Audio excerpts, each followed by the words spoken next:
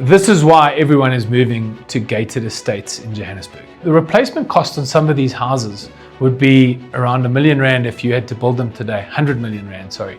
And you can pick them up for less than 10. I strongly believe the thing that poor governance steals from every single member of our community is the right to earn a living, the right to feel safe.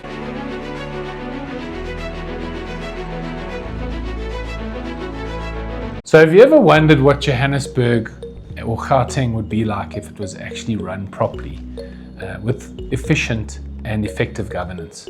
If we look at some statistics around the National Housing Report, there's quite a lot of interesting things that come out of that. And I wanted to chat to you guys a little bit about that. So obviously in the Remax network, we watch our numbers quite closely, but the top 5 suburbs nationally that were searched, number 5 was Durban North in KZN. Number 4 was Fourways. Number 3, Lelusha in KZN. Number 2, Bryanston, which is a massive market of 2.2 odd billion rand goes through the deeds office there. And number 1 was Morningside in Gauteng. So what does that tell you? My interpretation is that people want to live where they can make money. And the City of Gold is obviously very attractive for that. I think Cape Town, if we look at the next stat, wins the race on the most valuable suburbs by a country mile. If you look at the top 10, Waterkloof in Pretoria, Bryanston, which is obviously in Johannesburg, Hyde Park, which is in Sandton just down the drag, and then you've got Sandhurst. Then from there, everything moves towards Cape Town. You've got Fresnay in number 6, Camps Bay number 5, Constantia number 4, Bantry Bay and Bishop's Court in number 3 and 2. And then the winner of the most valuable suburb in Southern Africa would be Clifton. Now, obviously I've said it many times, is that Cape Town is a booming city. It has a very limited amount of land, so the demand is outstripping the supply. But I think the most important thing that everybody's missing is it's run properly. When you go down to Cape Town, the vagrants, the whole suburb, the actual municipalities work. And that has a direct effect on the value of property.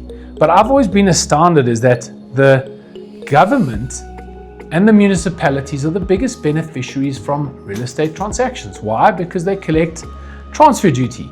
Now, transfer duty is sitting, let's just say, on an average of 10%, because it is on a sliding scale. But for this video, let's just talk around 10%. So you would think that they would want to have a massive investment in the well-being of the suburbs around Johannesburg, because the more the properties increase in value, the bigger collection that the governments would have. But obviously, if we look in Johannesburg, this has a direct effect on the price of property. So I call it the little Switzerland of Joburg is Waterfall. Now that's an interesting place because it's not actually full title, but it mimics full title because it's a 99-year lease in perpetuity, meaning forever and ever. You can transfer that property once with no lease renewal fee to a member of your family, which is cool. The other cool thing is that when you do sell the property, the seller pays the lease renewal fee.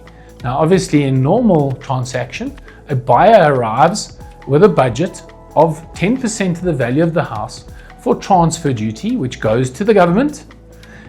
He gets or she gets nothing for it.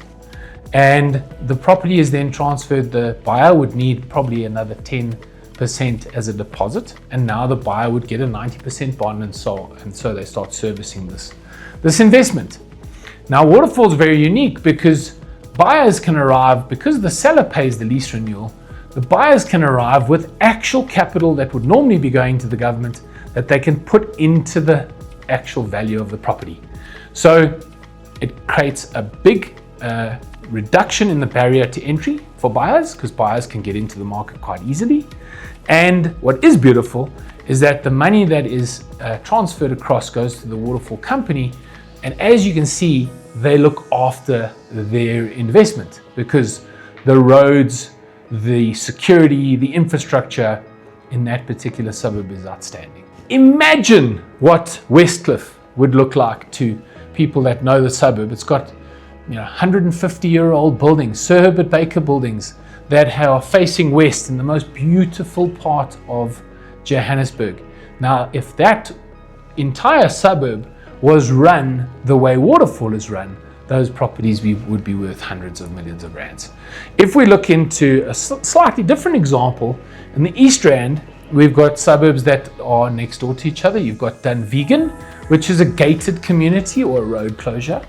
And if we look on the P24 stats, there's roughly 5 homes, 6, 7 homes max that are on the market at any given time.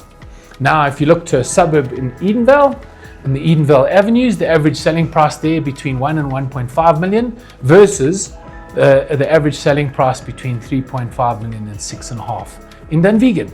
The difference is security and governance, because the people that are living in Dunvegan feel secure, and as a result, the desire to live in that suburb is immense. Supply and demand, the most basic rule of any economic environment, applies.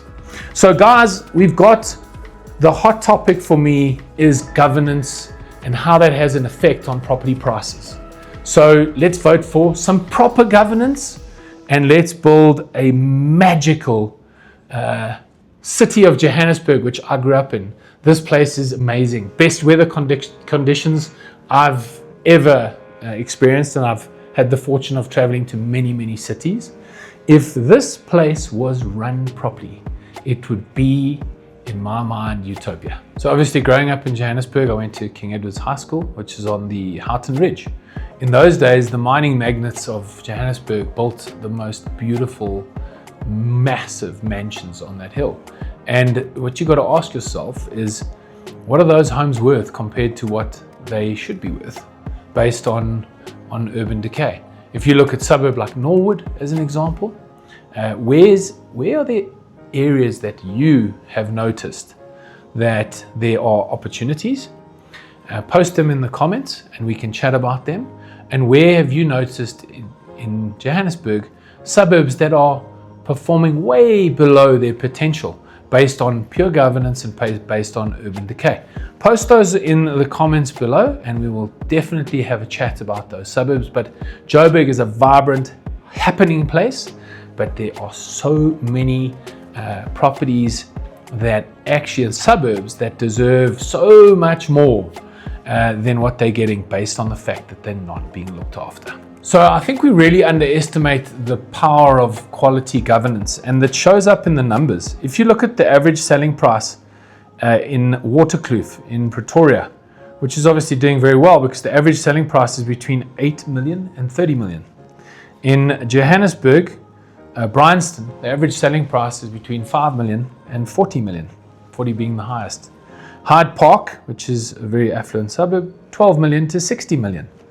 Now, I'm going to jump across from Joburg to Cape Town, and we start seeing in Bantry Bay, the average selling price is 30 million to 120 million. And in Clifton, 40 million to 150 million. Now, what are the contributing factors of that huge drive in prices? Obviously, appetite and availability. Cape Town doesn't have endless land. Joburg has a lot of land, and we're expanding as you've seen over the decades. North Pretoria and Joburg are almost touching. But look at the value differences.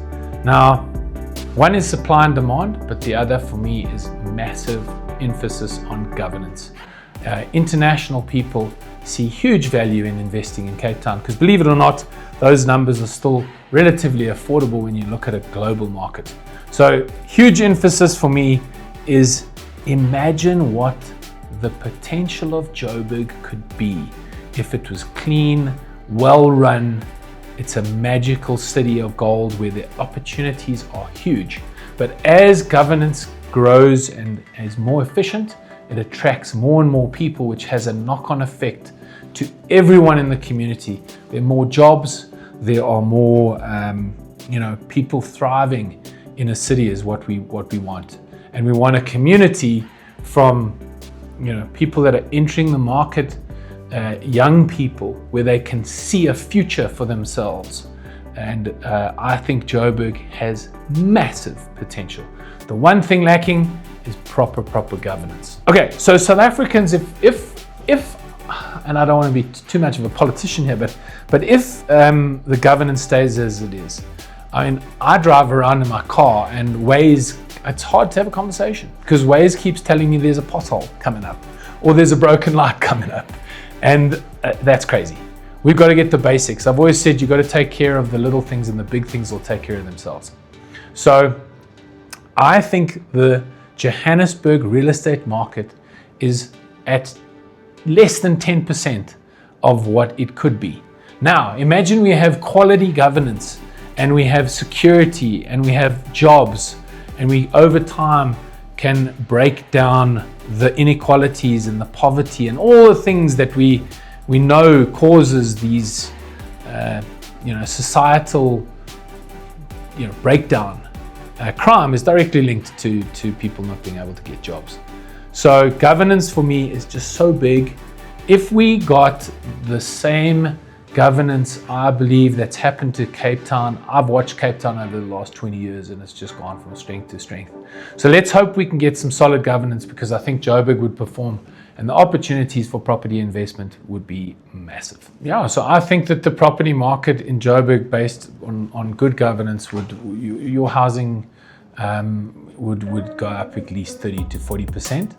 I think that, even more, because as you attract more and more people and the opportunities grow in Johannesburg, which there are many, what you can see though is the difference between gated communities would highlight what I'm saying versus old traditional suburbs in Johannesburg.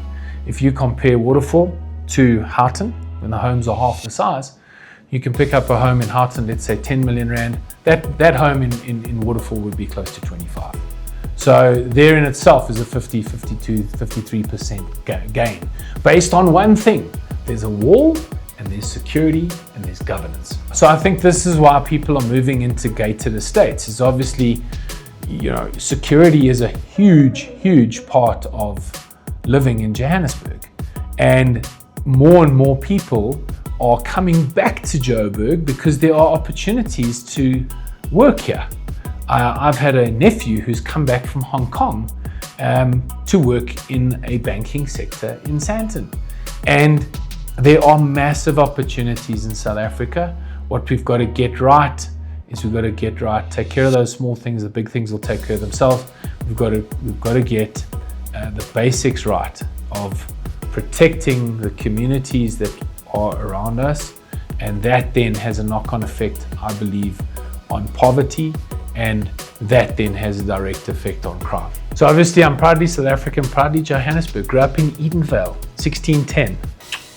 And these are my opinions of this beautiful city.